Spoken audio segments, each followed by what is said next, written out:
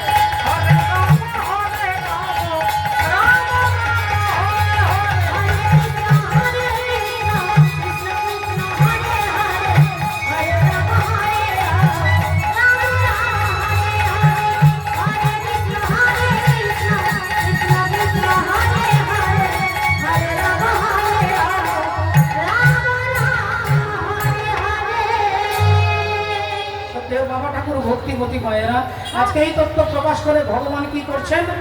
সখাগণ সঙ্গ ছড়ি যদু নন্দন চলতহি না গররা, ভামিনী মনোরথে চলল বিপিন পথে সাধিতে মনোমথ। আজকে ভগবান যমুনার তীরে এসে দাঁড়িয়েছে। আর যমুনার তীরে দাঁড়িয়ে চিন্তা করলেন যে যমুনাকে কথা দিয়েছিলেন, যখন ভাদ্র মাসে কৃষ্ণ অষ্টমী তিথি রোহিণী নক্ষত্রে কংসের কারাগারে ভগবান এলেন, সেদিন বসুদেব ভগবানকে মাথায় চাপিয়ে এপার থেকে ওপারে নিয়ে যাবে। আর যেই যমুনার মাঝখানে দাঁড়িয়েছেন, অমনি মা যমুনা ভগবানের চরণটাকে স্পর্শ করবে বলে তিনি মূর্তিবন্ত হয়ে গোবিন্দের চরণটাকে ছুঁতে যাচ্ছে, এক ঢেউয়ে ভগবানকে কোলে তুলে নিয়েছে। ভগবান মা যমুনার কোলে শুয়ে বলছেন, যমুনী তুমি হয়তো আমাকে কোলে পেয়ে আনন্দ পাচ্ছ, কিন্তু আমার বাবা দেখো পাগলের মতো আমাকে খুঁজছে। তুমি এক ভক্ত হয়ে আরেক ভক্তের মনে কষ্ট দিতে পারো না, এই তুমি আমাকে এখন ছেড়ে দাও। আমি কথা দিচ্ছি তুমি আমাকে পাবে। এখন যে আমাকে পেয়েছো এটা হচ্ছে রসগোল্লা, রসটাকে চিপে ফেলে দিয়ে। রসগোল্লা খাবেন, যদি গোটা রসটাকে নিংড়ে রসটাকে ফেলে দিয়ে খান, তাহলে সেই রসগোল্লার টেস্ট বোঝা যাবে না। রসগোল্লা খেতে গেলে রস সমেত খেতে হবে। তাহলে এখন আমি সেই রস চেপে ফেলে দেওয়ার মতো অবস্থা। এখন আমাকে পেয়ে তুমি আনন্দ পাবে না। আমি কথা দিচ্ছি তোমার বুকের মাঝে আমি আমার রাধারানীকে এনে তোমার বুকের ওপরে নৌকা বিহার করবে। আমি কথা দিচ্ছি, তুমি চিন্তা করবে না। তাই এই বলে আজকে আমার বসুদেবের মাথায় চেপে এলেন। ওই যে কথা দিয়েছিলেন, আজকে সেই কথা ভগবানের মনে পড়ে গেছে। ভগবান কথা দিয়েছেন ভক্তকে, আর ভক্তকে কথা দিলে ভগবান সেই কথা ফেলতে পারেন না। ভগবান সেই কথা ফেলতে পারেন না। রাধে রাধে। তাই আজ কি করছেন? মা যোগ মায়াকে স্মরণ করছেন। সর্বেশ্বরী পরমেশ্বরী হে যোগ মায়া যোগেশ্বরী, সর্বেশ্বরী পরমেশ্বরী হে যোগ মায়া যোগেশ্বরী।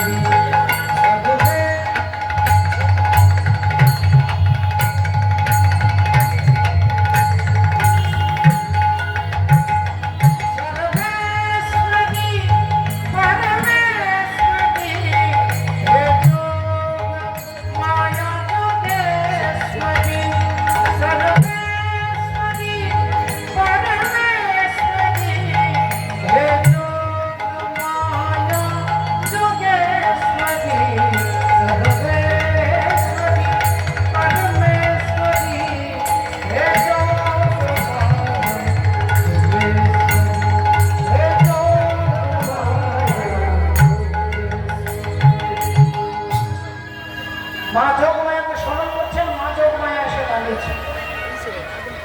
বড় ঠাকুর তুমি আমায় কি বলতে চাও? ভগবান বললেন, মাগো আমায় তরি দাও, তরি দাও, তরি দাও, তারা কবি আমায় তরি দাও, তারা কবি আমায় তরি দাও, তুমি তারা কবি আমায় তরি দাও, তারা কবি আমায় তরি দাও, তরি দাও, তরি দাও, তরি দাও। তরি মানে নৌকো, আর তয়ে ব রয়ে হস্যি তরি মানে তাড়াতাড়ি। তাহলে আমাকে একটা নৌকো এনে দাও মা, আমি নৌকোর মাঝে রাধা রানীকে নিয়ে আজকে যমুনার পক্ষে বিহার করব। ভগবানের ইচ্ছে হয়েছে, তাই মা যোগমায়া, কাত্যায়নী যোগমায়া ভগবানকে নৌকো দিচ্ছেন। শ্রদ্ধেয় বাবা ঠাকুর, মাননীয় ভক্তমণ্ডলী, সেই নৌকোতে শুধু রাধা রানীকে নয়, যদি ওই নৌকোটাই দেহ নৌকো হয়, তাহলে এই দেহের মধ্যে রাধা গোবিন্দকে বসাতে হবে। আর রাধা গোবিন্দকে বসানোর দায়িত্ব কার? না, বসানোর দায়িত্ব আপনার কর্ম, আপনার ভজন। গুরুদেবের কাছে আপনি দীক্ষা নিলেন, গুরুদেবের কাছে মন্ত্র নিয়ে যদি মন্ত্র জপ না করেন, এই জগতে আপনাকে কেউ পার করতে পারবে না। বলে এই জগৎ থেকে যদি পার হতে চান, যদি আনন্দ পেতে চান, আপনার শাশুড়ির ক্ষমতা নেই আপনাকে দুঃখ দেওয়ার, আর শাশুড়ির ক্ষমতা নেই যে বৌমা তাকে দুঃখ দেবে। বৌমার ক্ষমতা নেই শাশুড়িকে দুঃখ দেবে, শাশুড়ির ক্ষমতা নেই যে বৌমাকে দুঃখ দেবে। আমাদেরকে দুঃখ দেয় কে? আমাদেরকে দুঃখ দেয় আমাদের কর্ম। কর্মণ্যেবাধিকার আসতে মা ফলেষু কদাচন। এই কর্মই আমাদেরকে ঘোরাচ্ছে 84 লক্ষ জনে। এই যে আসছি আর যাচ্ছি, আসছি আর যাচ্ছি, আসছি আর যাচ্ছি, কখনো কুকুর, কখনো বেড়াল, কখনো ইঁদুর, কখনো পিঁপড়ে, পশু পাখি কীট পতঙ্গ হয়ে আসছি আর যাচ্ছি। এর মূল কারণটা কি? আমাদের কর্ম। আর এই কর্মটাকে যদি ধর্মে পরিণত করতে পারেন, তাহলেই আপনি হবেন যোগী। ভগবান কৃষ্ণ অর্জুনকে এটাই বলছে, কর্মের মধ্যে আগে ধর্মকে যুক্ত করো। যদি যুক্ত করতে পারো, তাহলে তুমি হবে মহাযোগী। আবার সেই কথাতে ফিরে যাই, আপনাকে দুঃখ দিতে কেউ পারবে না যতক্ষণ আপনার কর্ম গণ্ডগোল না হয়। আর আপনার কর্মের ফল আপনাকেই পেতে হবে। এ জন্মে যদি না পান, অপেক্ষা করুন পরজন্মে, পরজন্মে যদি না পান, অপেক্ষা করুন তারপরের জন্মে। রানী গান্ধারী ভগবান কৃষ্ণকে বলছে, আমি 100 জন্মের কথা তোমাকে স্মরণ করে বলতে পারি, আমি 100 জন্মে কখনো কোনো পাপ করিনি। আমি 100 জন্মের কথা আমার মনে আছে। দুর্বাসা ঋষির আশীর্বাদে 100 জন্মের কথা আমি মনে করে বলতে পারি, আমি 100 জন্মে কোনো পাপ করিনি। আমরা বলি না মা, মাঝে মাঝে আমরা বলি না যে সারা জীবনে, এ জন্মে আমি কোনোদিন কোনো পাপ করিনি। তাহলে এত দুঃখ কেন? গান্ধারী বলছে 100 জন্মে কোনো পাপ করিনি, তাহলে আমার 100টা ছেলে মারা গেল কেন? ভগবান শ্রী হরি মিষ্টি হেসে বললেন, মাগো তুমি 100 জন্মে কোনো পাপ করনি, কিন্তু 101 জন্ম পূর্বে, 101 জন্ম আগে তুমি ছিলে ব্রাহ্মণ বাড়ির মেয়ে, ব্রাহ্মণ ঘরের মেয়ে। 16 বছরের মা তুমি, ষোড়শী কন্যা। বিবাহ হলো, নতুন বিয়ে হলো, লাল বেনারসি পরে তুমি প্রবেশ করলে বাসর ঘরে। বিয়ে হয়েছে, বাসর ঘরে প্রবেশ করলো তোমার স্বামী, স্বামীর নাম হচ্ছে উদয়। তোমার স্বামী বাসর ঘরে ঢুকে তোমার হাতে ধরে বলল, বলো তুমি কি চাও। অমনি তুমি ভাবলে আমি আর কি চাইবো। হঠাৎ তোমার চোখটা পড়ে গেল একটা পাঁচিলের কোণে একটা বড় মাকড়সা রয়েছে, আর মাকড়সার পেটে রয়েছে ডিম বাচ্চা। তুমি ভাবলে আমার তো বিবাহ হলো, আমিও তো মা হব, তাহলে গর্ভের মধ্যে বাচ্চাগুলো কেমন থাকে আমাকে দেখতে হবে। তুমি তাড়াতাড়ি তোমার স্বামীকে বললে, স্বামী ওই মাকড়সাটা এনে আমার হাতে দিতে হবে। হাতে দিতে হবে। আচ্ছা মায়েরা, আপনারা বলুন তার স্বামীর উচিত ছিল কিনা? স্বামী বলতে পারতেন যে বেচারা মাকড়সা মারা যাবে, তুমি ওকে ছেড়ে দিয়ে তুমি অন্য কিছু চাও। কিন্তু তার স্বামী তার স্ত্রীর প্রেমে অন্ধ হয়ে বলছে যে সামান্য একটা মাকড়সা চেয়েছো, এটা আমি দিতে পারবো না। মাকড়সাটাকে পাঁচিলের কোণ থেকে বেড়ে এনে আর স্ত্রীর হাতে দিয়েছে। আর অমনি মা কি করলো না, মাকড়সার পেটটা চিরে আর বাচ্চাগুলোকে ছোট্ট ছোট্ট বস্তুর দানার থেকেও ছোট ছোট ছোট ডিমগুলো দেখে কিছুই বুঝতে পারলো না। রেগে গিয়ে বিরক্ত হয়ে মাটিতে ফেলে দিয়ে আর পায়ের পুরো আঙুল দিয়ে পিষে মেরে ফেলল। ওই ডিমগুলোকে মাটিতে ফেলে দিয়ে পায়ের পুরো আঙুল দিয়ে পিষে মেরে ফেলল। আর যখন পিষে মেরে ফেললেন তখন ওই মাকড়সা, যার নাম হচ্ছে অগ্নি মাথা, সেই মাকড়সা কেঁদে কেঁদে বলছে, মাগো আমি তো কোনো অন্যায় করিনি মা, তোমার কাছে তো আমি কোনো অপরাধ করিনি, আমিও তো মা, আমিও তো আমার বাচ্চাগুলোকে গর্ভে ধারণ করেছিলাম। তুমি আমার চোখের সামনে আমার 100টা বাচ্চার ডিমকে তুমি পায়ের আঙুলে পিষে মেরে ফেলেছো। আমি আজকে মাকড়সা, আমি কাঁদলেও তুমি শুনতে পাবে না, তুমি শুনতে পেলেও বুঝতে পারবে না। কিন্তু মাগো, আমার এই কান্না তুমি না শুনতে পাও, তুমি না বুঝতে পারো, কিন্তু অন্তর্যামী ভগবান শুনতে পাচ্ছে। যে ব্যথা তুমি আমাকে দিলে, আমারই চোখের সামনে তুমি 100টা বাচ্চাকে মেরে ফেললে, আমি অভিশাপ দিচ্ছি এরকম 100 জন্ম পরে একদিন তোমার চোখের সামনে তোমার 100টা ছেলের মরা মুখ তোমাকে দেখতে হবে। ভেবে বলুন তোমার গান্ধারী কুরুক্ষেত্রের মাঠে দাঁড়িয়ে বলছে আমার 100টা ছেলেকে মেরে ফেললে। ভগবান বললেন আমি কাউকে মারি না, তোমার কর্মের ফল তুমি পেয়েছো। আপনার কর্মের ফল আপনাকে কোনো না কোনো জন্মে ঘুরে ফিরে পেতে হবে। আপনি যদি সাধু হন, আপনি যদি ভক্ত হন, তাহলে যদি কষ্ট পান ভাববেন এটা আমার কর্মের ফল। বারবার আপনাকে বলছি ঘুরে ফিরে আপনাকে পেতে হবে। কেন? একজন ভদ্রলোক জ্যৈষ্ঠ মাসে প্রচন্ড গরম, প্রচন্ড তাপ, দুপুর বেলায় রাস্তা দিয়ে যাচ্ছে, খুব খিদে পেয়ে গেছে, বাজারে দোকান সব বন্ধ, ঘর বাড়ি সব দরজা বন্ধ রয়েছে। ভদ্রলোক ভাবলেন খিদে পেয়েছে, কি করব? হঠাৎ দেখলেন আমের বাগান, আর আমের বাগানে একটা আম পেকে আছে। ওই ভদ্রলোক ভাবলেন আমটাকে পেড়ে আমি খেলে অন্তত আমার খিদেও যাবে আর পিপাসাও নিবৃত্তি হবে।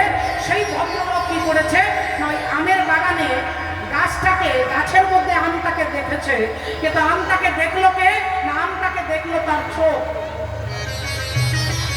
মনে রাখবেন মা, যে কথাটা বলছি একটু স্মরণে রাখবেন। আমের গাছে আমটাকে দেখলো কে না, দেখলো তার চোখ নামক ইন্দ্রিয়। কিন্তু চোখের তো ক্ষমতা নেই আম গাছটাকে আমটা পারবে, চোখের ক্ষমতা নেই আম গাছটার কাছে আপনাকে নিয়ে যাবে। আম গাছটার কাছে নিয়ে যাবে কোন ইন্দ্রিয়? মানে পা দুটো নিয়ে যাবে। এই পা নামক ইন্দ্রিয় আপনাকে আম গাছটার কাছে নিয়ে গেল। তাদের দেখলো চোখ, নিয়ে গেল পা। এবার পা দিয়ে তো আমটাকে পারতে পারবেন না, আমটাকে পারতে সাহায্য করলো কোন ইন্দ্রিয়? বলে হাত। গাছের উপরে চেপে আমটাকে পেড়ে আমের ছালটাকে ছুলে আঁটিটাকে ফেলে আমের শ্বাসটা নিয়ে হাতটা কি করলো না, মুখে দিল। হাত কি করলো না, মুখে দিল। আর মুখে যেই দিয়েছে আবার বলছি, আমটাকে দেখলো চোখ, আম গাছটার কাছে নিয়ে গেল পা, আমটাকে পারলো হাত, হাত দিল মুখে, মুখ পাঠিয়ে দিল পেটে। আর যেই আম খাওয়া হয়ে গেল, অমনি বাগানের মালিক এসে একটা মোটা লাঠি নিয়ে পিঠের মধ্যে ধরান দিল। যেই লাঠি দিয়ে পিঠের মধ্যে মেরেছে, অমনি পিঠ মনে মনে চিন্তা করছে আমার দোষটা কি। আমটাকে দেখেছে চোখ, নিয়ে গেছে পা, পেরেছে হাত, দিয়েছে মুখে, মুখ পাঠালো পেটে, তাহলে আমি বিনা দোষে পিঠ মার খাবো কেন? তাহলে আমিও থানাতে যাবো, আমি থানায় গিয়ে ডায়েরি করবো যে আমাকে বিনা দোষে মারা হলো কেন। আপনারা মায়েরা বলবেন সত্যি তো পিঠের কোনো দোষ নেই, পিঠ বেচারা কষ্ট পেল, মার খেলো কেন? আপনারা বলবেন, মায়েরা বলবেন, বাবারা বলবেন, কিন্তু কথাটা এখানে শেষ নয়। যেই লাঠি দিয়ে মেরেছে, অমনি ভদ্রলোক কাঁদতে শুরু করেছে। আর ভদ্রলোক যখন কাঁদবে, যখন চিৎকার করে কাঁদছে, তখন জলটা কোথা থেকে পড়বে মা?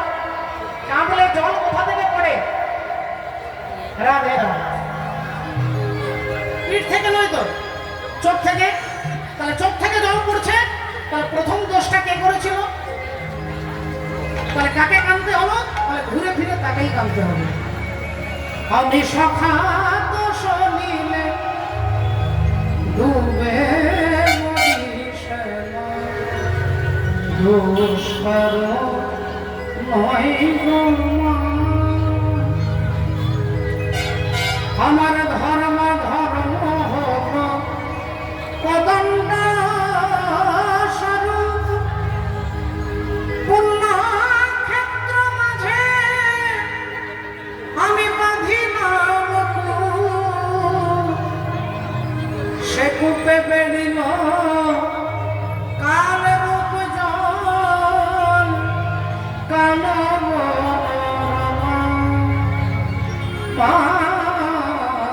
দোষ করো নয় গো। তাহলে দোষটা কারণ নয়, ঘুরে ফিরে আপনাকেই কাঁদতে হবে, আপনাকেই দুঃখ পেতে হবে। তাহলে এই দুঃখটাকে জয় করতে গেলে কি করতে হবে? তাহলে একমাত্র ভগবানের নাম। বলো রাধা রানী কি, রাধা রানী কি, বলো রাধা রানী কি। আরে শ্যামকে বিনা তুমি আধি, আর তোমারে বিনা সমাধে।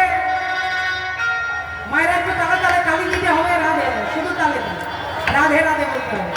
বলো রাধে রাধে রাধে রাধে রাধে রাধে।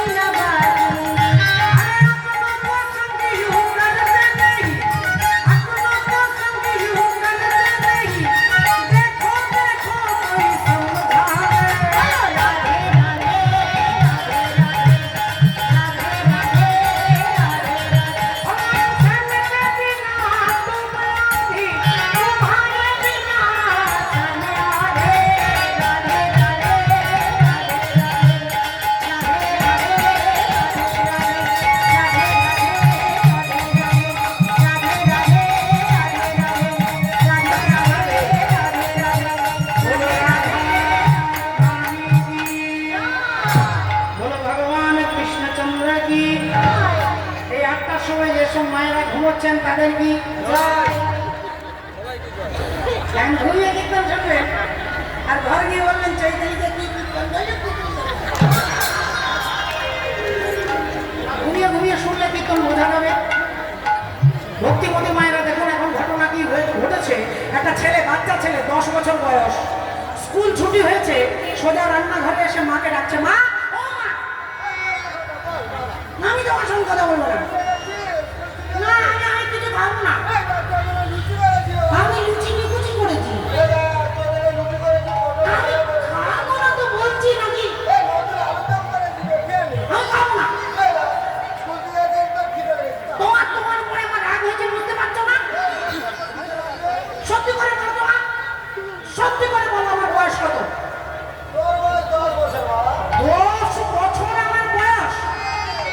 আর 10 বছর থেকে তুমি একটা কথা লুকিয়ে রেখেছো কেন?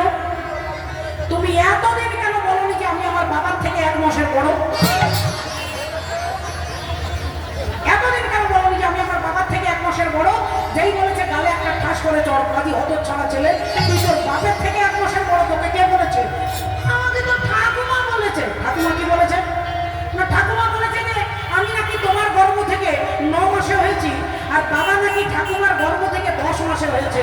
তাহলে আমি 9 মাসে, বাবা 10 মাসে, মানে আমি 1 মাস আগে হয়েছি, বাবা 1 মাস পরে হয়েছে। দেখেছেন না, যারা ঘুমিয়ে শুনছেন, আপনার বাবা ছোট হবে, আপনি বড় হবে। বলো রাধে রাধে।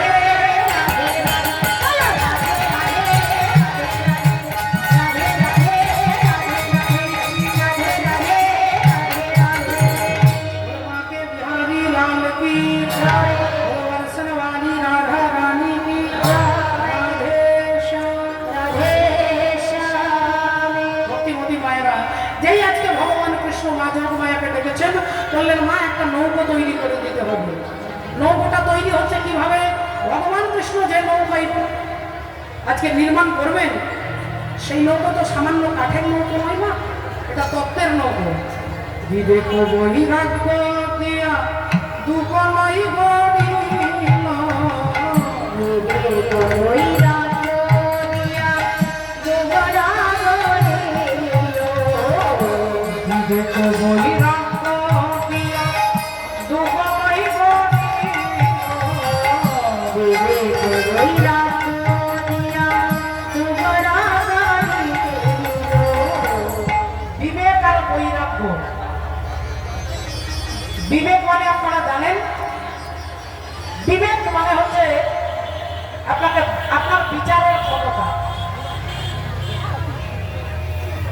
ইন্দ্রিয়ের যে বিষয়, চোখের বিষয় দেখা, জিহ্বার বিষয় স্বাদ গ্রহণ করা, ত্বকের বিষয় স্পর্শ, কানের বিষয় শোনা, এই বিষয়গুলোকে ভগবত চরণে নিবেদন করার নামই হচ্ছে বিবেক। আর বৈরাগ্য বলে, বৈরাগ্য কাকে বলে না, জগতে কোনটা নিত্য, এই জগতে কোনটা নিত্য আর কোনটা অনিত্য, এই নিত্যানিত্য বিচার করে যিনি নিত্য বস্তুকে ধরে আর অনিত্য বস্তুকে ত্যাগ করে, শাস্ত্র তাকেই বৈরাগ্য বলছে। তাহলে ভক্তি জগতের নৌকো, এই যে দুদিকে দুটো বয়ের মতো, ত্রিভুজের মতো থাকে, যার দ্বারা কাঠগুলোকে ধরে রাখি।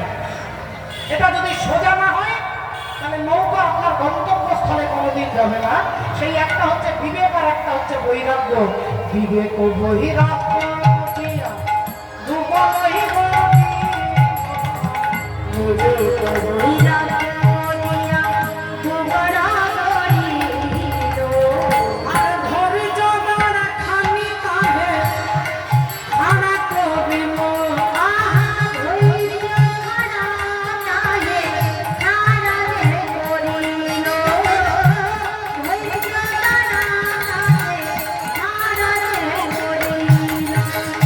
প্রাণে ধৈর্য থাকা চাই, প্রাণে ধৈর্য থাকা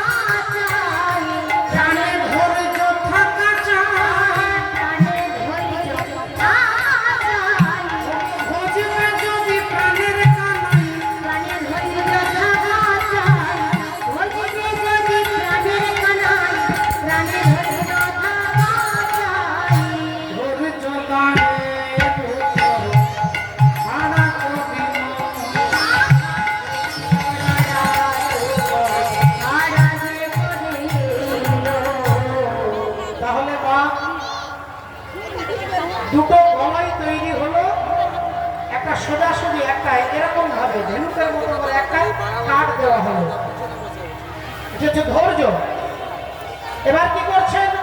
নববিধা ভক্তি দিয়া নয়টি কোরা দিল, নববিধা ভক্তি দিয়া নয়টি কোরা দিল, নববিধা ভক্তি দিয়া নয়টি কোরা দিল, নববিধা ভক্তি দিয়া নয়টি কোরা দিল। আর লালসার পাতল লোহা তাহাতে মারি, লালসার পাতল লোহা তাহাতে মারিল, লালসার পাতল লোহা তাহাতে মারিল, লালসার পাতল লোহা তাহাতে মারিল। ভগবানকে পেতে গেলে প্রথমে আপনাকে দেখতে হবে যে আপনার ভগবানকে পাওয়ার জন্য কতটা লালসা আছে। এই লালসা যদি না থাকে মাগো রাধে রাধে, তাহলে না থাকবেন সংসারে, না শান্তি পাবেন, না বৃন্দাবনে গিয়ে শান্তি পাবেন। যদি ভগবানকে আপনি ভালোবাসতে না পারেন, না সংসারে শান্তি পাবেন, না বুড়ো বয়সে বৃন্দাবনে গিয়ে শান্তি পাবেন। ভগবানকে ভালোবাসলে আপনি সংসারেও শান্তি পাবেন। আর যদি তাকে ভালো না লাগে, যদি লোককে দেখানোর জন্য বৃন্দাবনে বসে থাকেন, তাহলে ওখানেও আপনাকে যন্ত্রণা পেতে হবে। আগে আপনাকে ভগবানকে পাওয়ার জন্য তীব্র লালসা দরকার। তত্ত্বলোক লল্লমপি মূল্য মেকনাং জন্ম কোটি সুকৃতি না লাগে। ভগবান সব পারে, যদি ভক্ত ভগবানকে চাই, ভগবান না এসে থাকতে পারে না। আর যদি কেউ অহংকার করে, ভগবান তা সহ্য করতে পারে না। তুমি কীর্তনিয়া হও, নেতা হও, মন্ত্রী হও, ডাক্তার হও, মাস্টার হও, তুমি যেই হও না কেন, যদি তোমার ভেতরে অহংকার থাকে, ভগবান তা সহ্য করতে পারেন না। আর যদি কেউ ভগবানের জন্য কাঁদে, তাহলে ভগবান তা সহ্য করতে পারে না। ভক্তের কাছে এসে দাঁড়ায়। আপনাদের কাছে ঘটনা বলবো, কুরুক্ষেত্রের যুদ্ধ শেষ হয়ে গেছে। যুদ্ধ শেষ হয়ে গেছে, পঞ্চপাণ্ডব জিতে গেছে। পঞ্চপাণ্ডব জিতে গেছে, যুধিষ্ঠির মহারাজ রাজা হবে। যুদ্ধে জিতে গেছে। এখন ভীম আর অর্জুন দুজনে রাস্তা দিয়ে গল্প করতে করতে যাচ্ছে। ভীম বলছে, অর্জুনকে বলছে, ভাই আমি যদি না থাকতাম তাহলে এই যুদ্ধে তোরা জিততে পারতিস না। আর অর্জুন বলছে, দাদা আমি যদি না থাকতাম তাহলে এই যুদ্ধে তোমরা জিততে পারতে না। ভীম বলে আমার জন্য জিতেছে, অর্জুন বলে আমার জন্য জিতেছে। ভীম বলে না না আমার জন্য, অর্জুন বলে দাদা তুমি ভুল বলছো, আমার জন্য জিতেছে। এইরকম দুজনেই তর্ক করতে করতে যাচ্ছে। আর তর্ক করতে করতে যেতে যেতে হঠাৎ দুজনেই শুনতে পাচ্ছে একজন খিলখিল করে হাসছে। ভীম রেগে গিয়ে মেজাজ গরম হয়ে গেছে। অর্জুনকে বলছে, ভাই দেখ তো কে হাসছে, দেখ তো তার কারোটা বাজিয়ে ছাড়ো, দেখ কে হাসছে। অমনি অর্জুন সামনে পেছনে ডাইনে বামে তাকিয়ে দেখছে কেউ নেই। হঠাৎ উপরের দিকে তাকিয়ে দেখছে ভীমের মাথার উপরে, ভীমের মাথার উপরে একটা কাটা মাথা খিলখিল করে হাসছে। বড় বড় চোখ, বড় বড় দাঁত, রাক্ষসের মতো চেহারা, আর সে খিলখিল করে হাসছে দেখে অর্জুন বলছে, দাদা ওই দেখো একটা রাক্ষসের মাথা হাসছে। আর যেই বলেছে উনি ভীম তার গদাটাকে তুলেছে, 80 মনের গদা। 80 মনের গদা। গদাটার ওয়েট কত? 80 মন। 1 মন মানে কত? কত কিলো মা? 1 মন মানে কত কিলো? 40 কিলো। তাহলে 80 মন মানে কত কিলো হবে? 3200 কিলো। তাহলে যে গদাটার ওয়েটটাই হচ্ছে 3200 কেজি, সেই গদাটা নিয়ে ভীম ঘোরাচ্ছে। ওই রাক্ষসের মাথাটাকে মারবে বলে গদাটা নিয়ে ঘোরাচ্ছে।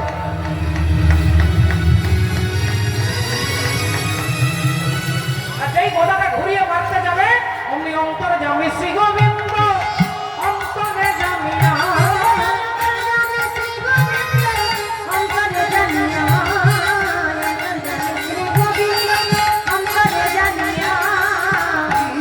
সম্মুখেতে আনন্দ আসিয়া,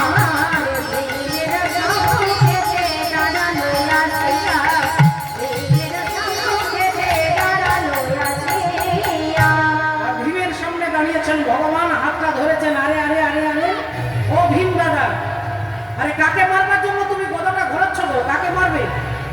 ভীম বললেন কৃষ্ণ, আগে তুমি আমার হাতটা ছেড়ে দাও, আগে তুমি আমার হাতটা ছেড়ে দাও, ওকে মারবো, তারপরে তোমার সঙ্গে কথা বলবো। ভগবান বললেন দাদা গো, যাকে মারবে বলে গদাটা তুলেছ সে কিন্তু সম্পর্কে তোমার নাতি হয়, সে তোমার নাতি, যে তোমার বংশে দেবে পাতি। যাকে মারবার জন্য গদাটা তুলেছ সে তোমার নাতি। এই যেই বলেছে নাতি, অমনি ভীম রেগে গিয়ে ভগবানকে বলছে তুমি কি আমার সঙ্গে এখন ইয়ার্কি করছো? এটা কি ইয়ার্কি করবার সময়? ভগবান বললেন ভীম দাদা, আমি তোমার সঙ্গে ইয়ার্কি করছি না, আমি সত্যি করে বলছি ওই কাটা মাথাটা হচ্ছে তোমার নাতি। ভীম বললেন অসম্ভব, আমি বিশ্বাস করতে পারছি না। ভগবান বললেন আচ্ছা, তুমি বিশ্বাস করতে পারছো না, তুমি যে বংশে জন্ম নিয়েছ সেই বংশে ওই রাক্ষসটাও জন্ম নিয়েছে। তোমার বিশ্বাস যদি না হয় তাহলে শোনো ভীম দাদা, তুমি যে বংশে জন্ম নিয়েছ তার নাম হচ্ছে চন্দ্র বংশ। আর চন্দ্র বংশের প্রথম পুরুষ হচ্ছে পরমাত্মা ভগবান শ্রী বিষ্ণু।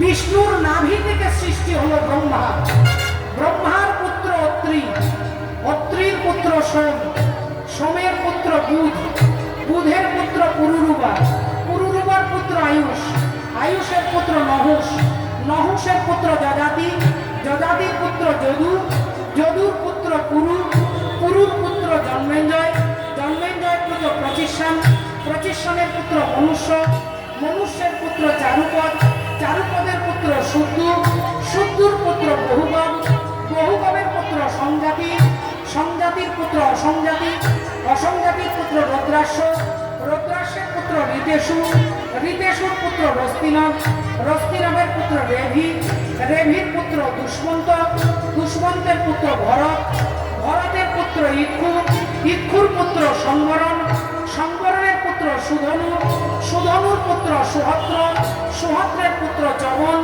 চবনের পুত্র কৃতি, কৃতির পুত্র উপরিচর বসু, উপরিচর বসুর পুত্র জরাসন্ধ, জরাসন্ধের পুত্র সহদেব, সহদেবের পুত্র সোমাপি, সোমাপির পুত্র কুকু, কুকুর পুত্র জন্নু, জন্নুর পুত্র সুরত, সুরতের পুত্র বিদুরথ, বিদুরথের পুত্র রাধিক, রাধিকের পুত্র অযুতায়ু, অযুতায়ের পুত্র অক্রধন, অক্রধনের পুত্র দেবতিথি, দেবতিথির পুত্র ঋক, ঋকের পুত্র দিলীপ, দিলীপের পুত্র প্রতীপ, প্রতীপের পুত্র শান্তনু, শান্তনুর পুত্র বিচিত্র বীর্য, বিচিত্র বীর্যের পুত্র পাণ্ডু, পাণ্ডুর পুত্র হচ্ছে তুমি ভীম,